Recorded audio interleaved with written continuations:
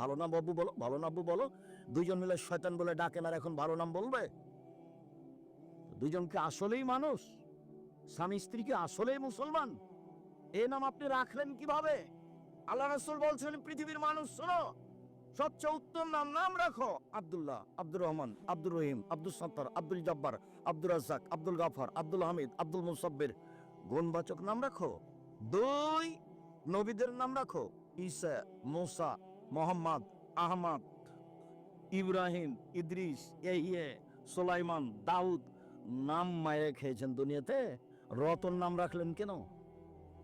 আমি আপনাকে বাপ বলিনি, আপনাকে যদি আমি অশিক্ষিত প্রমাণ করতে না পারি আমি জাতির সামনে বক্তব্য দিব না। আপনাকে যদি আমি অশিক্ষিত পিতা প্রমাণ করতে না পারি আমি জাতির সামনে বক্তব্য দিব না। 30 বছর থেকে বলছি 7 দিনের দিন আকিকা দিতে হবে, 7 দিনের দিন নাম রাখতে হবে, 7 দিনের দিন মাথা নেড়ে করে চুল সম পরিমাণ রূপা মূল্য দান করতে হবে। 7 দিনের দিন নাম রাখতে হবে। 14 দিনে চলে না, 21 দিনে চলে না, জীবনে একদিন চলে না, 7 দিনের আগে চলে না। 7 দিনের আগে বাচ্চা মারা গেলে কিছুই লাগে না। 2, পশু জবাই করতে হবে। 3, মাথা নেড়ে করতে হবে। 4, চুল সমপরিমাণ রূপা দান করতে হবে, রূপা মূল্য দিলে হবে। নাম রাখতেই হবে, আকিকা দিতেই হবে। এটা বাপের জিম্মেদারি, এটা কুরবানি নয়। দিলেও চলে, না দিলেও চলে, কুরবানি নেকির কাজ। আকিকা বাপের জিম্মেদারি, কুরবানি নেকির কাজ। কুরবানি মানে চোখ ঠিকঠাক আছে কিনা দেখো, পা ঠিকঠাক সুন্দর আছে কিনা দেখো, দাঁত উঠেছে কিনা দেখো, কান সুন্দর আছে কিনা দেখো, লেজ ঠিকঠাক আছে কিনা দেখো, মোটা তাজা কিনা দেখো, গ্রামে ফকির মিসকিন আছে কিনা দেখো।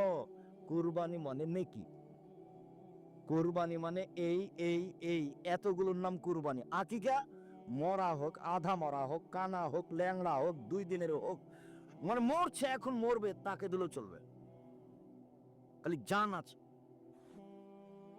এটা হলো বাপের জিম্মেদারি। 7ম দিনের দিন দিতেই হবে, কর্য করে দিতে হবে, প্রয়োজনে ভিক্ষা করে দিতে হবে। এটা হলো উপার্জনের সবচেয়ে নিম্ন পর্যায়ের স্তর, সবচেয়ে সুন্দর স্তর ব্যবসা। তারপরেরটা জমি চাষ, তারপরেরটা চাকরি, তারপরেরটা দিনমজুরি, আর শেষে আছে ভিক্ষা। আসছে এক পর্যায়ে এই ছেলে মেয়েকে ভিক্ষা করে পড়াতে হবে। আসছে, দেখেন আপনাকে আমি প্রমাণ দেখিয়ে ছাড়বো।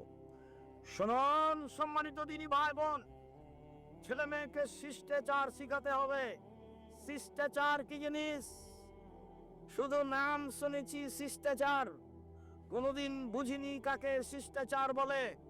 লন্ডনের একটা বড় জায়গা আছে বার্মিংহাম। ফজরের সালাত আদায় করে নাস্তা করতে বাড়িতে ঢুকলাম।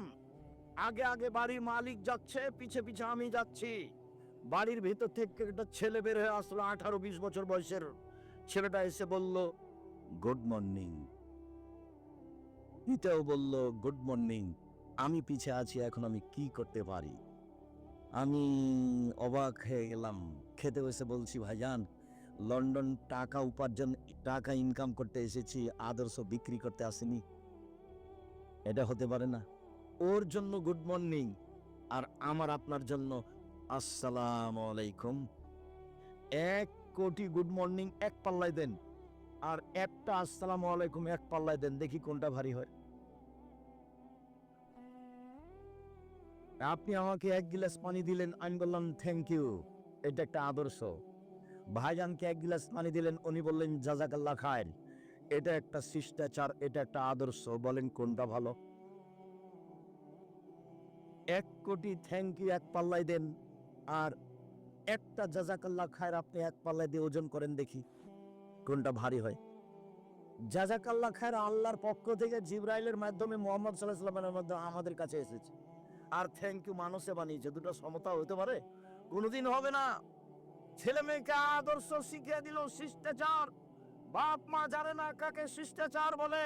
আব্বু বাড়িতে সালাম দিয়ে ঢোকো, তার নাম শিষ্টাচার। সালাম দিয়ে বাড়ি থেকে বের হও, তার নাম শিষ্টাচার। আব্বু ডান পায়ের জুতা আগে পরো, তার নাম শিষ্টাচার। বাম পায়ের জুতা আগে খোলো, তার নাম শিষ্টাচার। জামার ডান হাতটা আগে গায়ে লাগাও, তার নাম শিষ্টাচার। খোলার সময় বামটা আগে খুলো, তার নাম শিষ্টাচার। মসজিদে ঢোকার সময় ডান পা আগে দাও, তার নাম শিষ্টাচার। বাম পা পরে দাও, তার নাম শিষ্টাচার।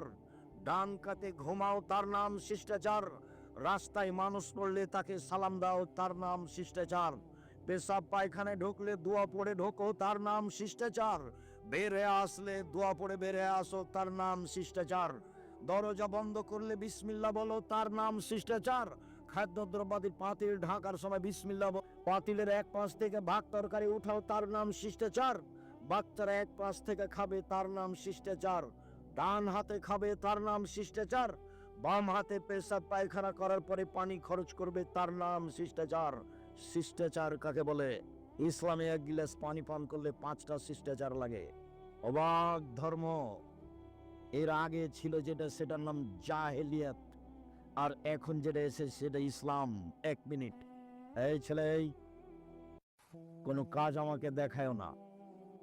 জাহেলিয়াত দেখাচ্ছি তোমাকে, আর ইসলাম দুটা মুখামুখি।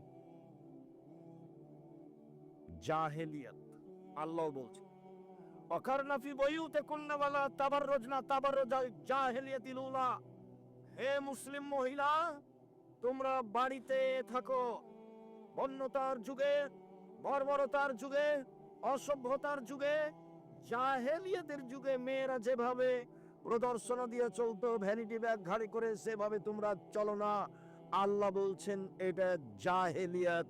এখন ইসলাম চলে এসেছে, এটা চলবে না।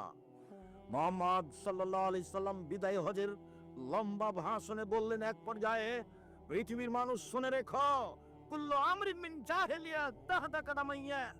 জাহেলিয়াতের যুগের যত নিয়ম কানুন ছিল, জাহেলিয়াতের যুগের যত কৃষ্টি কালচার ছিল, জাহেলিয়াতের যুগের যত আদব কায়দা ছিল, সব আমি মুহাম্মদ সাল্লাল্লাহু আলাইহি সাল্লাম আর 2 পায়ের নিচে রেখে দিলাম।